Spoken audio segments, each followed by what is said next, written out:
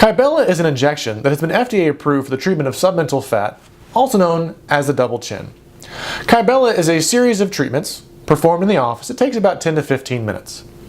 That treatment is going to actually work for about 4 to 6 weeks, and that's why your treatments are spaced out along that time course. I personally prefer 6 weeks, as studies have shown that you will still have an effect during that entire 6-week period.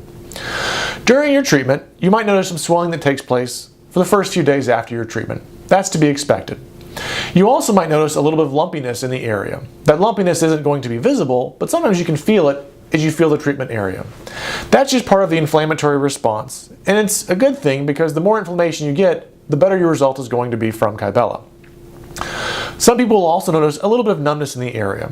It's not a numbness that you notice when you're not touching it, but as you go to touch that area, you might notice a little bit of numbness afterwards.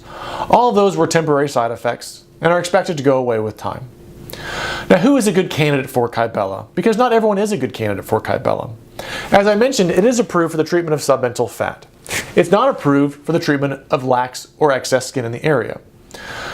However, in the patients who tend to have a lot of fullness because of the fat and the skin's pushing out, you do tend to see some contraction of that skin, so you don't trade one problem, which is the extra fat in the area, for another problem, which would be extra skin sitting there.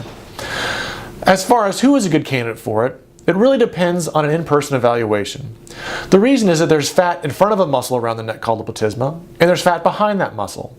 The Kybella treatment is designed to treat the fat that is in front of that muscle, located in this area. If the fat is behind that, then you wouldn't be a good candidate for Kybella. Patients with a very heavy neck may also not be the best candidate for a Kybella. So Kybella does not replace the need for other treatments, such as surgery or liposuction, but it can be an alternate treatment in a select group of patients who are good candidates. If you do have any questions about this treatment, it's important to discuss it with your healthcare provider before you proceed with the treatment. And it's also important to realize it will take a series of treatments to get the result, and they are spaced out apart as far as planning for the future.